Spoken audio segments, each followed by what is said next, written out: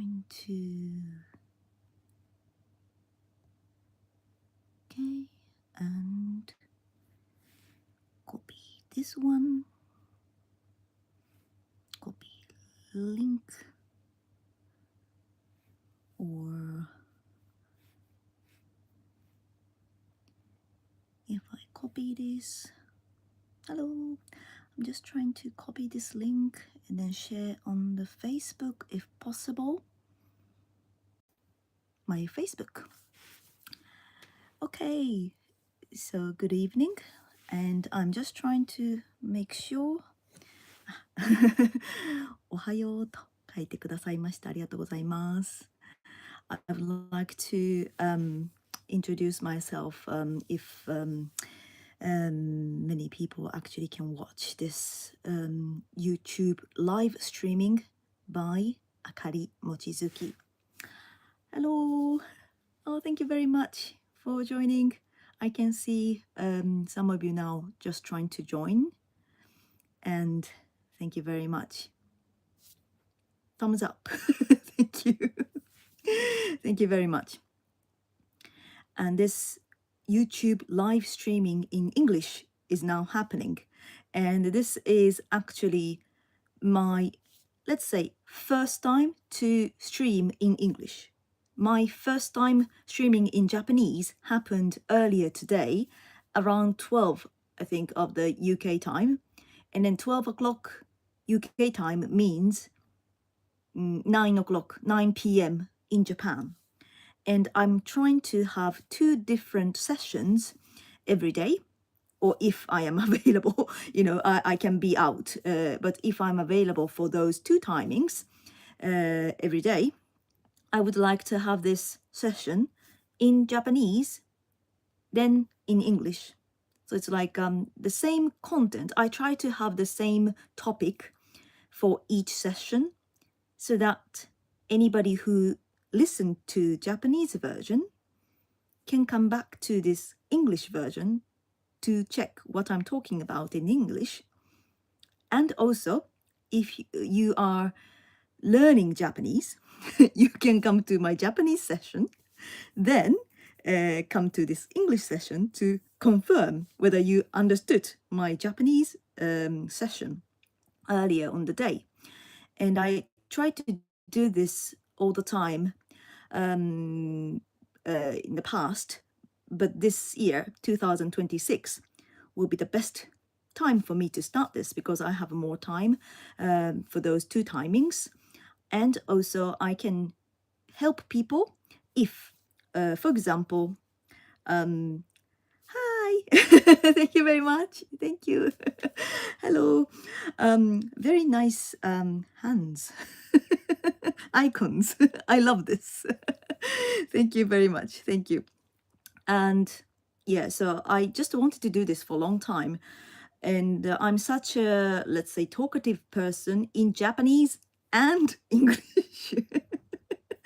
And therefore, hello, I just wanted to have this kind of live streaming opportunity to be able to communicate with the viewers simultaneously so that I can respond. Hi. Anna, you're 9 years old. Wow. Thank you very much for joining.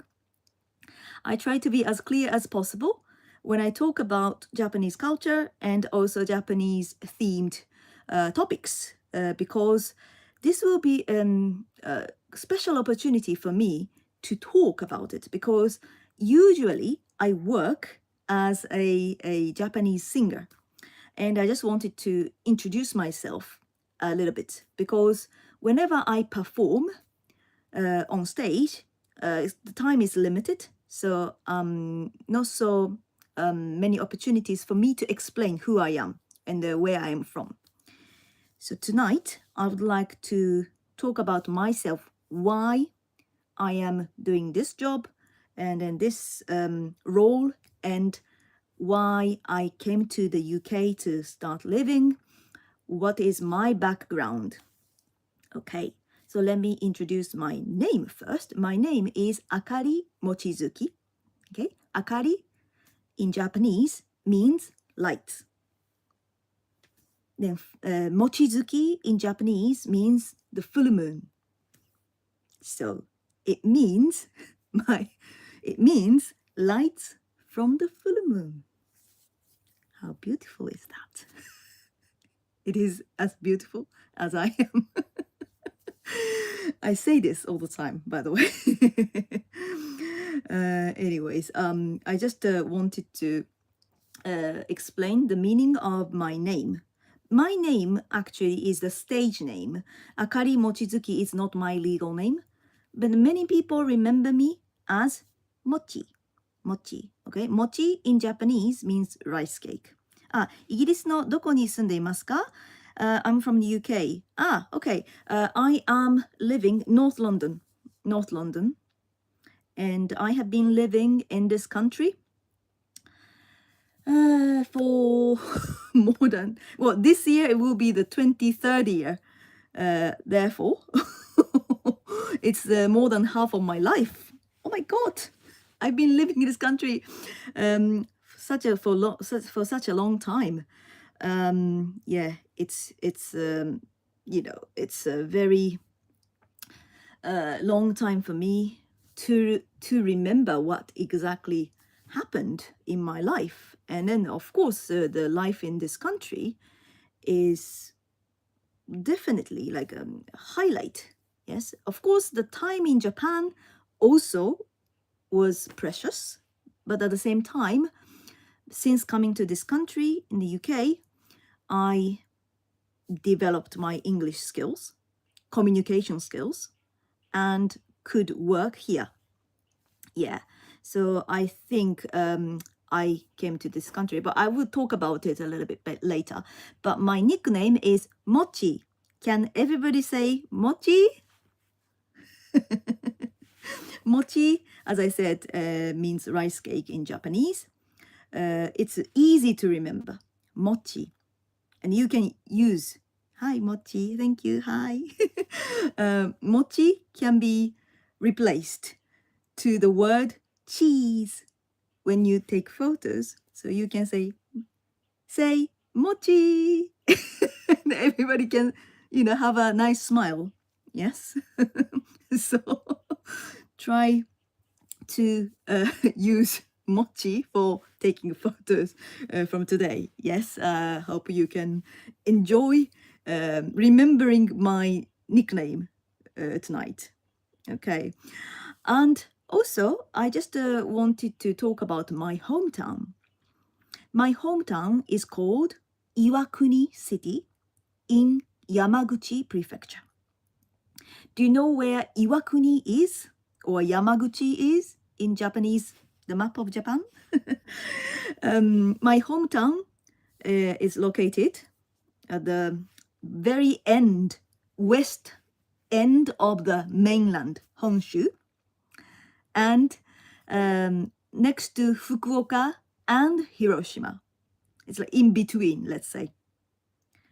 And then Yamaguchi is famous for having lots of prime ministers in history. And then the very first prime minister, Hirohumi Ito, actually studied at the UCL. And then came back to Japan, then made a government.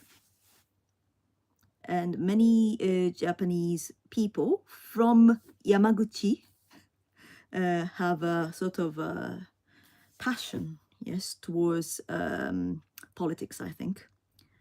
And Mr. Abe also, he was one of the long-term prime minister in Japan. He was from Yamaguchi too. Anyways, so I am from Yamaguchi, but the city I am from is called Iwakuni. Can everybody remember Iwakuni? Yes, Iwakuni is famous for the very beautiful bridge. The bridge is called Kintai-kyo. Kintai means actually the river that is next to the bridge is called the bridge is over is called Nishiki River. And then Nishiki can be read as kin in Chinese character. Therefore, it's kintai. Then the kyo in Japanese means bridge. Therefore, kintai kyo means kintai bridge. Yes, kintai kyo is such a lovely place to visit. And I strongly recommend, if you are planning to go to Japan and then visiting Hiroshima, for example, then Iwakuni is right next to it. And then Kintai-kyo is located very close to the mountain castle called Iwakuni Castle. And then this Iwakuni Castle is on top of the mountain. Some of the Japanese castles is called Yamashiro, which means castles on the mountain. And then it's very magnificent and great view from there. You can go there on foot, like hiking, or you can go by the cable car. It's very beautiful. And my high school, where I went to, is called Iwakuni High School, is very close to the bridge. During the exam seasons, I had exams like twice per term. And then everybody, all the students, have to spend some time, of course, at school to take some exam or sort of preparation type of classes, then go home and then study. But because I am from a very, let's say, rural area compared to the Iwakuni city, my actual hometown is more like village. So I had to take train from the closest, nearest station of the school to my actual home station, which took about, I think, 50 minutes one way. But because it's such a rural area, only one train every 2 hours. Therefore, many students from my area had to kind of kill time by going to the bridge or the park nearby and then buy some soft serve ice cream type of thing. And then wait. I used to wait for the train to come. Anyways, Kintai Bridge, Kintai-kyo, was my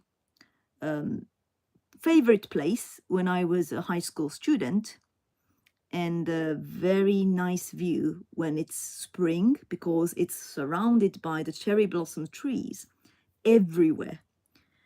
And also in autumn season, they have autumn leaves, nice yellow, orange leaves around, especially in the park nearby. It's called Kikko Koen. Very nice. So this Kintai-kyo and Iwakuni Castle, two places, very, very famous, and I recommend you to go there.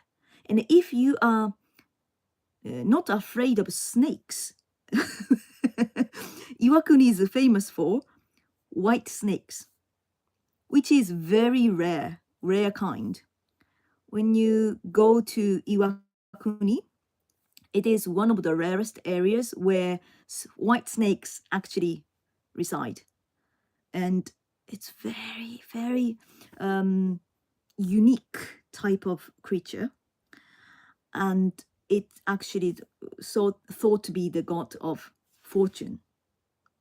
And I have this, I should bring it here actually, the the soft toy of white snake in my lounge.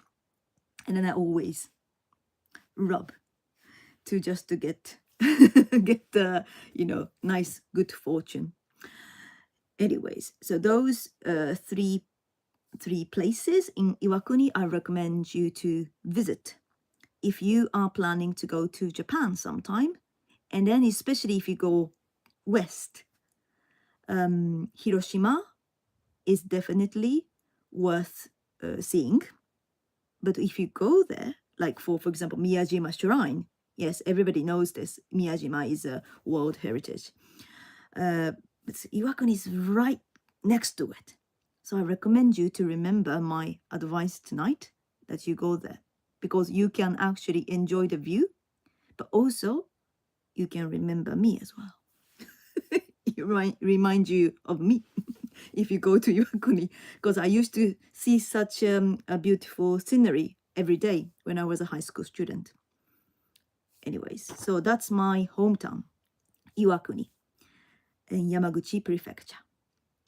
And then I love this Japanese culture of 4 seasons, and spring, summer, autumn, and winter.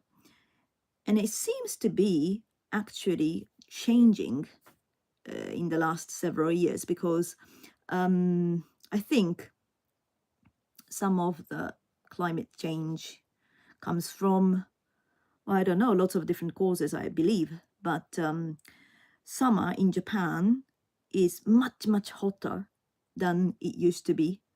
Because if I remember my young days, when I was, let's say, 9 or 10,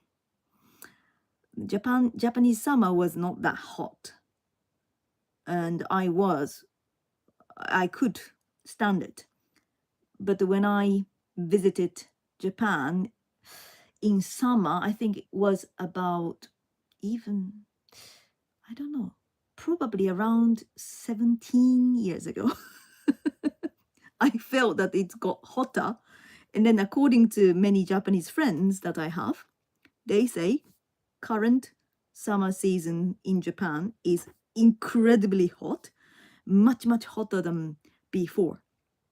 So it seems like it's changing, but still spring, summer, autumn, and winter exist, I believe. So those 4 seasons, I definitely would like you to experience it. If you have any chance to go to Japan for each season at a different timing, I would like you to do that. But if I am asked to choose one season, I would definitely say spring, because of the cherry blossom. Yes, I love it. And also it's easy season for to avoid any severe weather. So I would say April, May would be best. But in May, obviously no cherry blossoms, but May is also beautiful. And if I am to choose the second best, I would probably say October to November for the autumn leaves. Yes, it's called momiji or koyo in Japanese. And I would recommend everybody to experience that as well. So anyways, I've just talked about 4 seasons in Japan. It's called shiki in Japanese. And then I also would like to talk about my childhood. I started, well, I didn't actually introduce my job, what I am doing. Sorry, I just wanted to talk about Japan as general, term, but I would like to talk about myself. Now, I have been known as a professional Japanese Enka singer for many people, because that's my public image and a public figure as a singer. I have been working as a professional Enka singer since 2009, May 2009. And my specialty is Enka. Does everybody know Enka? Enka is a genre of Japanese, well, I should always call it as Japanese blues or songs of sorrow and grief. most Enka songs very sad or emotional. When I sing Enka songs, people from Europe say, "Ah, thank you very much. You are the best Enka singer, Mochi." I'm just picking up the best comment so far. Thank you very much for saying that. But yeah, I think Enka is emotional songs, and when I sing Enka, people from Europe say it is very similar to fado from Portugal. Portuguese folk, Portuguese originated songs. Fado sounds very much like Enka. The techniques, also emotions, themes, topics, all similar. And when I first met the fado singer for the first time, I was shocked because she was singing, I think, along with other instrumental players, I think, in a Portuguese restaurant in London. And when I heard her singing, I felt like Enka was sung in Portuguese. Then I, of course, had to sing after her. Then she said, "Wow, did you sing fado in Japanese?" So it was a great way of realizing how any songs can be similar, even if the origin is different countries. It's actually possible that you encounter something similar, because in the end, we are all human beings, and I think we do have something in common, then create something similar. Not exactly the same, probably not, but we do have the same way of feeling something, sensing something. And that time, I felt that I don't need to know the even meaning of the song, because I felt it. It was a sad song. And then she was longing for love or longing for somebody that she wanted to see for a long time. And I could feel it. That was the experience that I realized that music is universal and not necessarily just about the lyrics or language. It just comes from the way of singing. It comes from the way of expressions.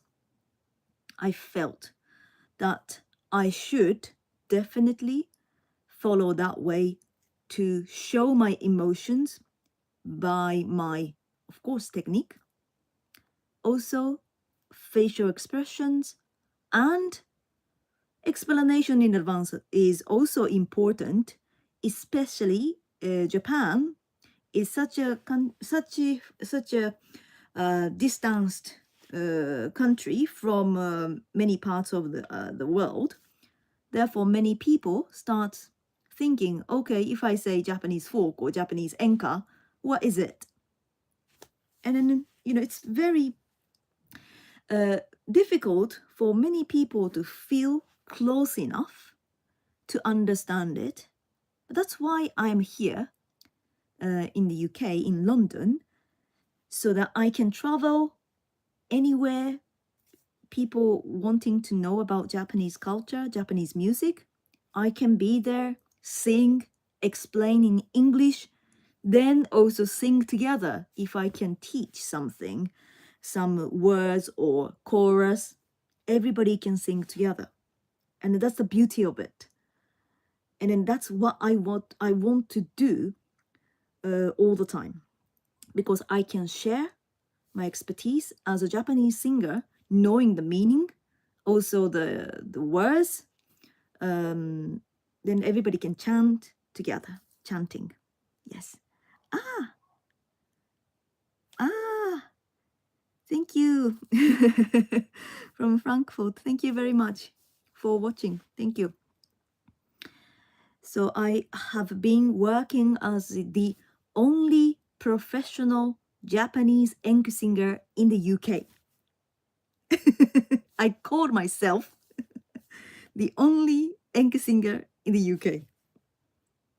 And hopefully in Europe. But this is something that I always add as saying like, as far as I know. But I hope that I can come to many events and festivals this year again, and hope to perform for many people in the world.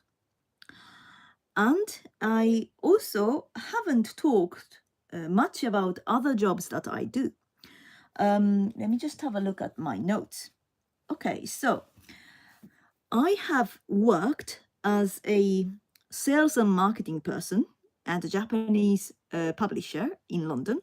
And then before coming to the UK, I was working at the biggest tempura chain restaurants in Tokyo.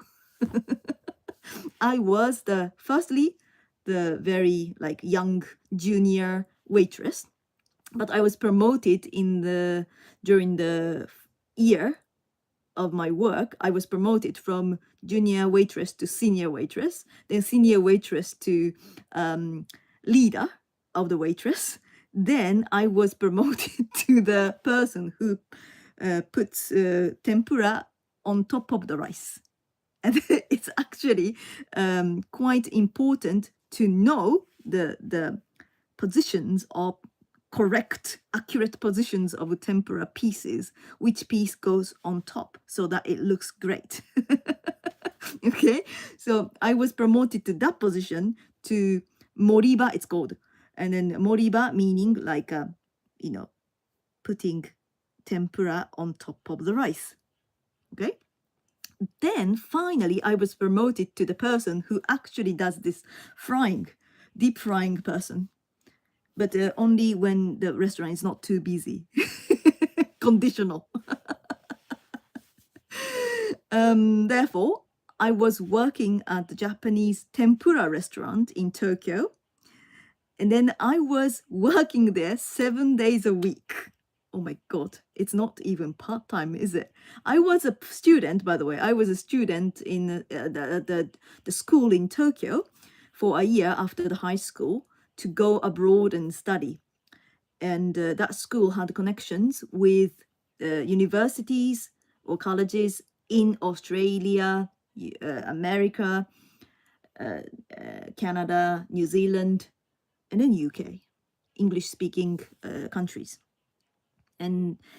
But I belonged to the class, well, let's say the highest level class amongst, I think, 500 students, I think. I was in the top class. However, I was the last of the top class. I was a tail.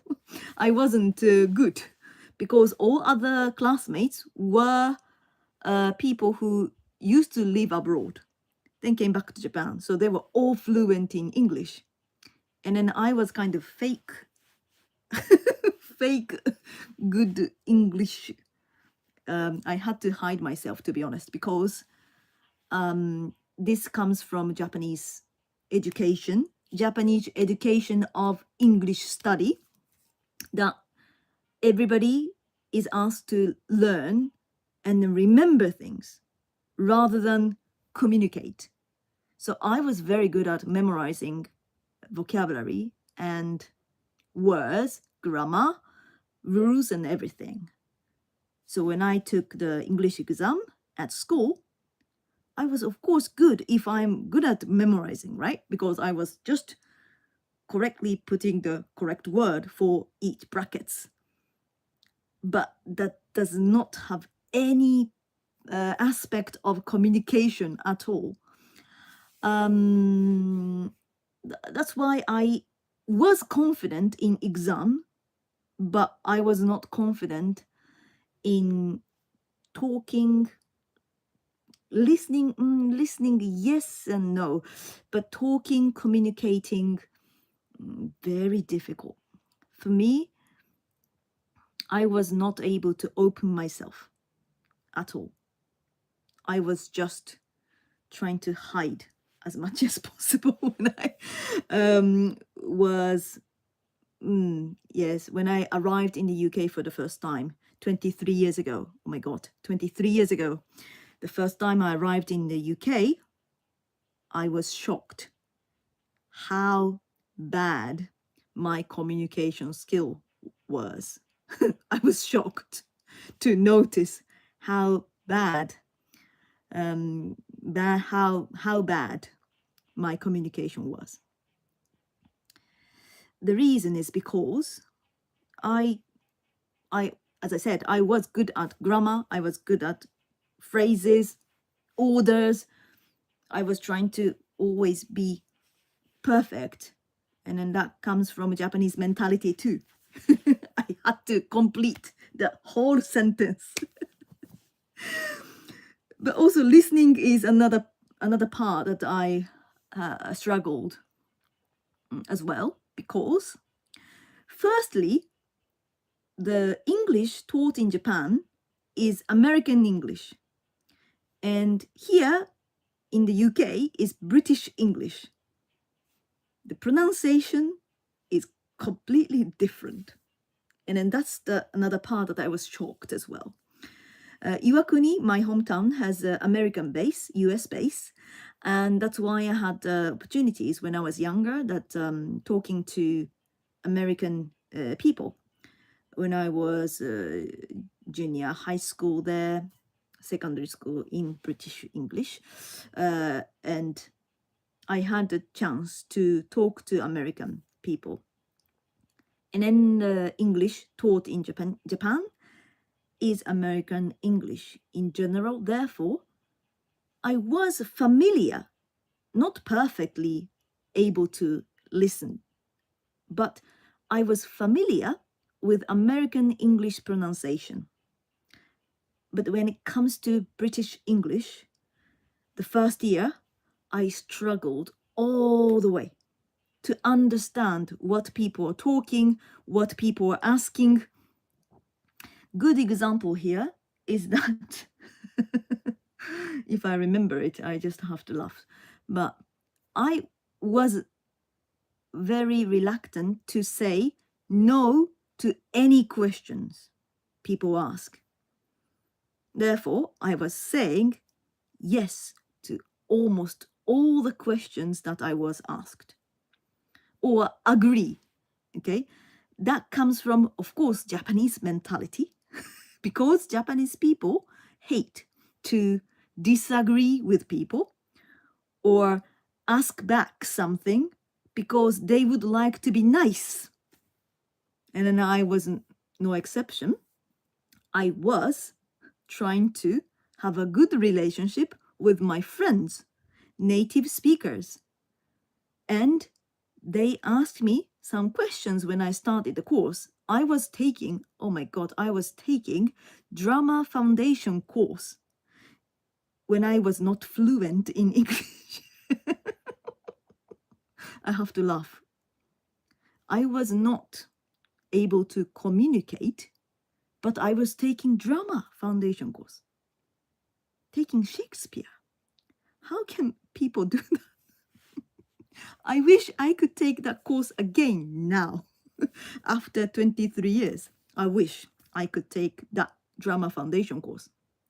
But anyways, I was saying yesterday all the questions. For example, one day, one of my classmates comes to me and say, hey, are you hungry now? Shall we go to lunch? Then I said, yes. And I'm not sure if I was even hungry back then, but I said yes, because I wanted to agree. So I said yes. Okay, let's go. And then we went to the cafe. All right, shall we sit here? I said, yes. All the communication going well. And then she asked me, so what would you like? I can order it for you. What would you like? I said, yeah. this is great sample of any Japanese people who come to this country for the first time, the first 2 weeks, or even for the first 3 months, people might say that. I don't blame them because I was exactly the same. So I said, yes, why not? So she was saying, would you like sandwich? Or would you like pies? Or what would you like? And I say, yes. This is it. This is the communication that I had. And I wasn't even sure what this person was asking me. That's how bad my English was. Well, I don't know. I probably understood some parts of the sentence, what she was saying, the text-wise, like, oh, would you like, or like, let's, or the first part of the communication was understood, but the rest of it, I couldn't understand. And then it took ages for me to be able to feel confident that I understood it.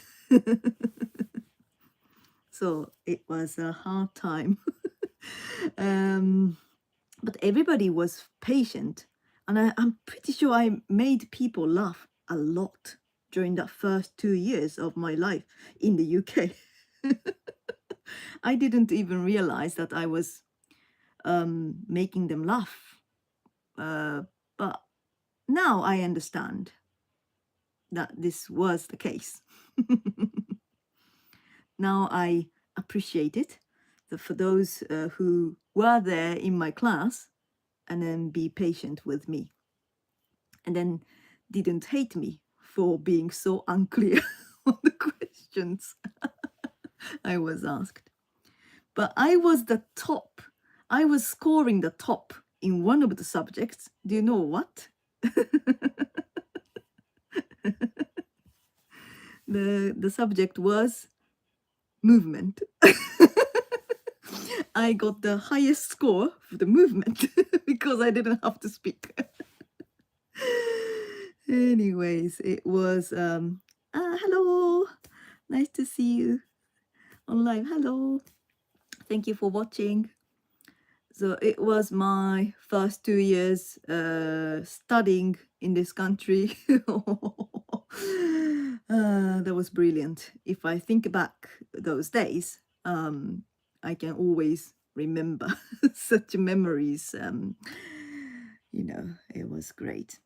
But anyways, I used to work for tempura restaurant. Sorry that I was talking about my career and then just started talking about my student life in the UK.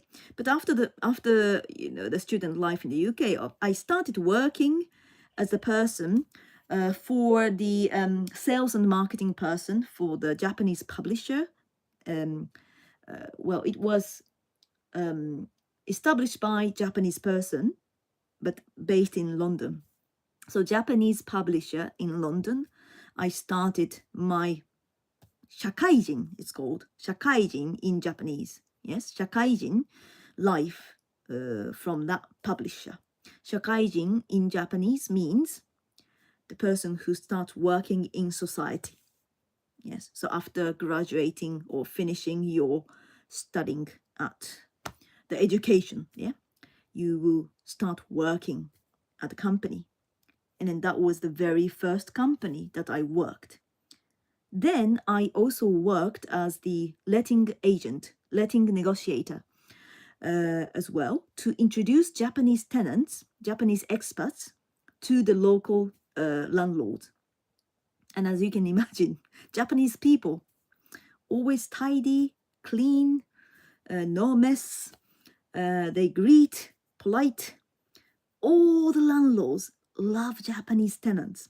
That's why my job was so easy because many landlords were wanting Japanese tenants, and then I could negotiate a very good deal for Japanese corporates tenants, and I enjoyed the job in many ways, but also it was very difficult because of the maintenance issues of the old houses in this country. It looks great, but all the pipes, facilities can be very old, and you cannot see the issues with the boiler or whatever in advance. So that part was very hard for me, because many Japanese people start panicking. Oh my God, this is not working. Oh, no hot water. What can I do? Because it never happens in Japan. Anyways, and then after that, I also worked for a online gaming company and an IT type of industry, and then where I had no other Japanese colleagues. I was the only Japanese person, but not using even Japanese language. I was training the local team in English only for the quality of customer support. And you can imagine the level of customer support, customer service in Japan is incredibly high. And when I was working at tempura restaurant in Tokyo, there was one instant or occasion, happy instant, okay? I was a waitress, but also I was selling. I was just opening the window every evening and then kind of almost like shouting to the passing by people and then trying to sell the takeaway tempura box. いらっしゃいませ、いらっしゃいませ. The people, the customers inside of the restaurant sometimes said, "You are too loud." Anyways, I was just trying to sell as much as possible by just trying to welcome the guests, walking and passing by in front of the restaurant, because the restaurant was right next to the station, and then many businessmen and also like housewives come and shopping and nice food, yes, for dinner. And then one day, because I was working there for more than 1 year, many regulars come to my restaurant, and then give me compliments. Okay, you're very good. Oh, you're nice. But that's great. But many Japanese customer support or customer service is like that anyways, and it's like the standard. Yes, good service is the standard. Therefore, I was just trying myself, my best, then serve nice food, nice tempura to the local people. Then one day, there's one housewife who was coming to my restaurant every night to buy packet of tempura, like one piece of prawn or one piece of, I don't know, squid. And I was serving her as usual. And then I was telling her that I was going to the UK, London, soon. And then she realized that I was leaving. Therefore, she came to buy a packet of tempura piece, 1 or 2 pieces, as far as I remember. She came to buy the packet, but she left it deliberately. She said she's going to pick it up later, but can I just buy this packet and then pay now? And then she left it just behind the cashier. And then I was just waiting for her to come back. Then she came back. Let's say 1 hour time. She came back. Then she had this big, beautiful flower. Yes. Thank you very much for your wonderful service. And I was like, oh my God, I was so surprised and then amazed.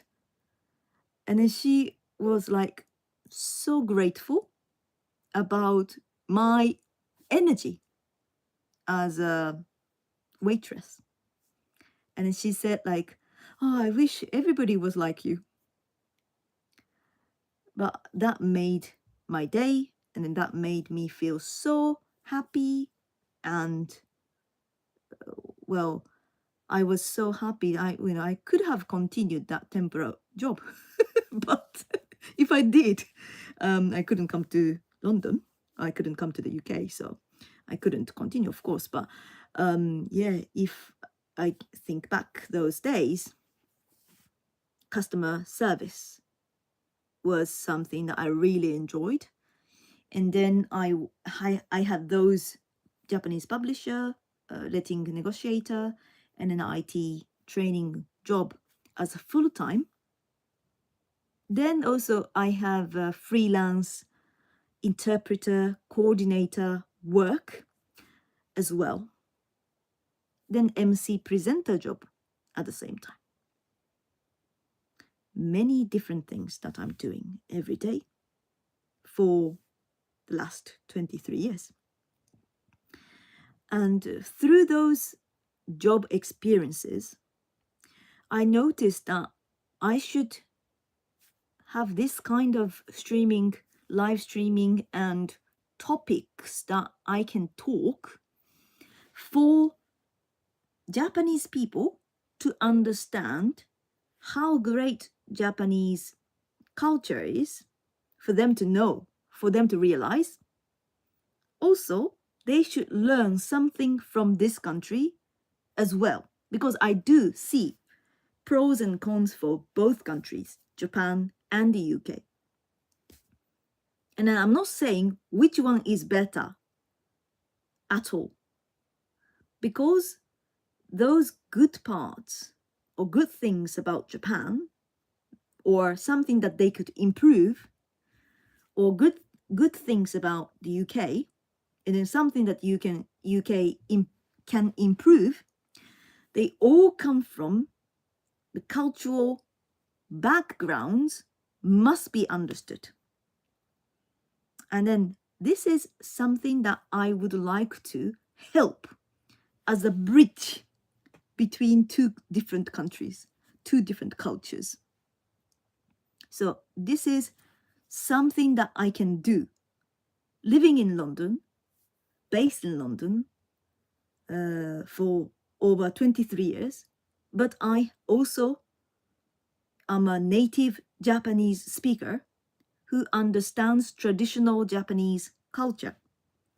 And I would like to make sure the gap between two countries can be filled somehow by my explanation or by my performance. I would like to do that. And then I would like to have different topics every time I have this live streaming. I would like to talk about something specifically for that evening so that everybody can share and then ask questions about it. I have chosen several topics already for the future streamings, regular streamings. Okay. Firstly, how to learn Japanese. Because this is the English streaming time slot, I would like to give you tips of Japanese language.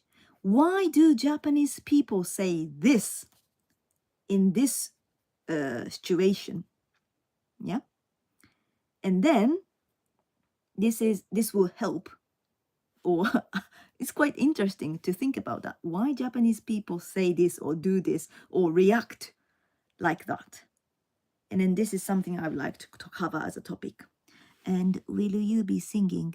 Yes, I would like to sing my original songs or Japanese folk songs if the opportunity allows.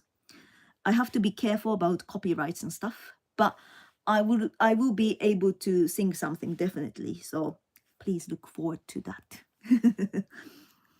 But I also have another topic of the countries that I have visited. In the last 10 years, I have visited more than 21 countries. because of the invitation from the Embassy of Japan in those countries. And then the reason is because I have been collaborating with Hibiki. Probably you know him if you have watched my performance or the social media. I have worked as a duo with Hibiki, and then we do perform Japanese folk music. And then as a duo, we have been invited to many different countries. And then that's more than 21 now, if I count it. That was the number. And I was surprised to see the number, over 21 countries. And then for those visits, from those visits, I could see many differences or similarities of the response from the people. Also, the experience of visiting that country made me realize something, that's the similarity differences. So I would like to talk about that. So that's another thing. And then also, I would like to talk about the common sense. Yes, common, usual things in Japan is not always the case for the UK. And then I would like to talk about the cultural differences between two countries. While Japanese people do this, what UK people do this. what UK people do. I would like to compare those two actions or behaviors or reactions. Then I would like to dig into the cultural background, history, why people do this and do that. Also, I would like to have talk about some special opportunities that I had recently, because I have been an enthusiastic fan of Grand Sumo. I had a very good opportunity. I shouldn't say very good, but excellent opportunity of having a good relationship with the Japanese Sumo Association and Royal Albert Hall and Asconnus Hall, those organizers. I was the one who was connecting two parties through Japanese agency as well. And then I was one of the people who connected two different parties, very important parties, especially sumo is Japan's national sport.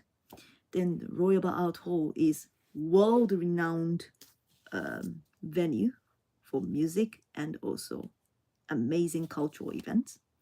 And I was so lucky to get involved as a local coordinator for the event. So I would like to talk about that as well, if the opportunity allows.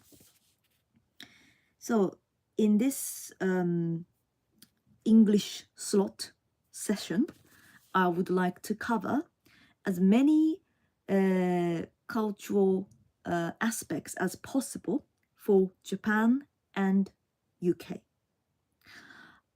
And I also would like to encourage Japanese viewers in Japan, because it's now nearly 7 a.m.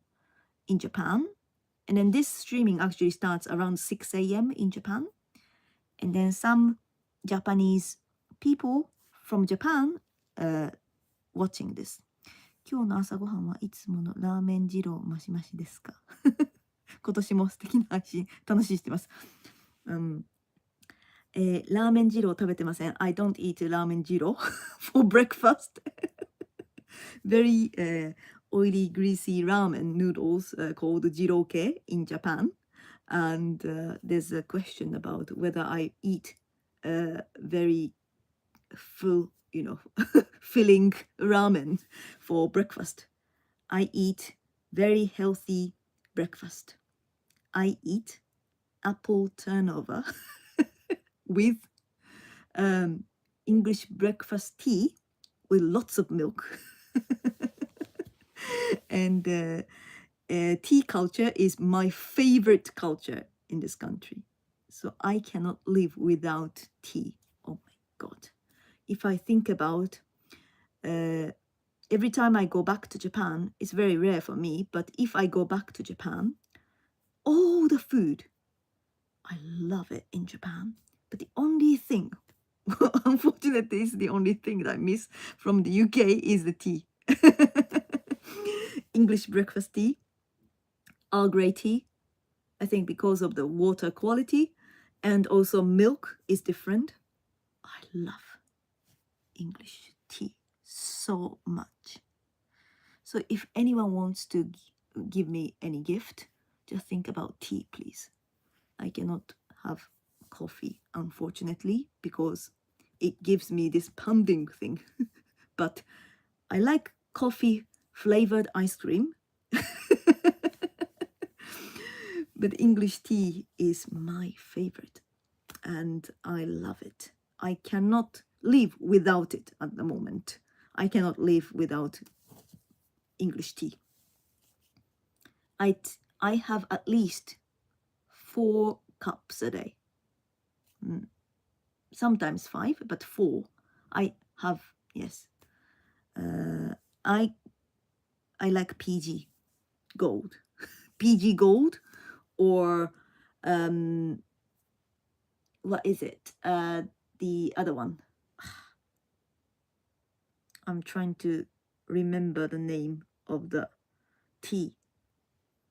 Could you list it? Please? But I like PG Gold. For sure. Yeah, I like it. So I would like to talk about food and eating culture as well. Yes, PG tips, yes. And then PG Gold is my favorite. I have tried literally all the brands in the supermarket aisle for tea. Then this PG Gold, my recommendation. I always give this PG Gold as the souvenir for Japanese people who are visiting here and then go back there. I always buy a packet, the box of PG Gold. Yes. So I would like to have this whole live streaming things all the time. As long as some people watching. If nobody's watching, I'll be very sad. But if some of you can watch every time that I have this live streaming, that will be amazing. And then in order for you not to miss it, the best way is definitely to subscribe and then get a notification of this live streaming on my channel. So if you liked my talk today, please subscribe, and also tick the notify me type of thing. I don't know how to call it. It's like this icon of a bell, yes. You just click on it. And yeah, that's right. I think I would like to give opportunity for anyone who's interested in English, in Japanese, both ways, then trying to watch my streaming regularly. I would like to, of course, give English lessons to Japanese viewers in Japanese session. So if you like to see that, come and watch the 12 o'clock ones as well. It's quite interesting because I know the tendency of Japanese people's mistakes and Japanese people's mentality too. So I would like to support that when it comes to improving English conversational skills.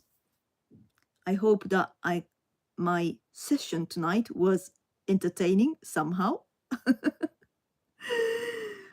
Yes, so I would like to remind you one more time to have the notifications on for my YouTube channel so that you don't miss any of my future streamings, live streamings. And I will try to keep this very first live streaming in archive.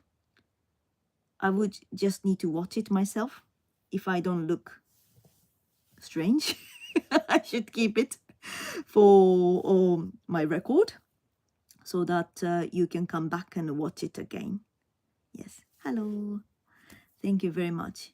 So if you guys, well, thank you very much anyways that for all the comments that you put on my screen. Thank you very much. And follow me on my Instagram if you have an Instagram account. My Instagram account is Mochi Akari. My nickname Mochi, twice. Mochi, Mochi, Mochi. Then Akari as Akari. Mochi Akari is my Instagram account. And if you could follow my activities, that would be great. And I will, of course, talk about next performance coming up, when and where it will be. But I hope that, thank you, James. I can see you. Thank you very much. And hopefully that this will continue regularly. And unless I say it, it's daily thing. And then I will cover many different topics. I will prepare lots of props and then, show you. Today was more about myself, introduction, where I have been working, what I have been working as a Japanese salesperson, Japanese singer, Japanese letting negotiator, many different jobs that I had, and talk about it. Thank you very much for staying for such a long time. And I cannot believe it's been already 1 hour. Oh my God, I've been talking by myself. But I like it, to be honest. And I hope you enjoyed it. Thank you very much. And please share this YouTube channel link with your friends, please. With your friends who might be interested in Japanese culture, Japanese singing, Japanese music, or in Mochi herself, or whatever. Hope you have a wonderful evening, and see you soon. Tomorrow, either at 12 o'clock or 9 o'clock in the evening. Thank you guys for watching. Bye for now. Good evening.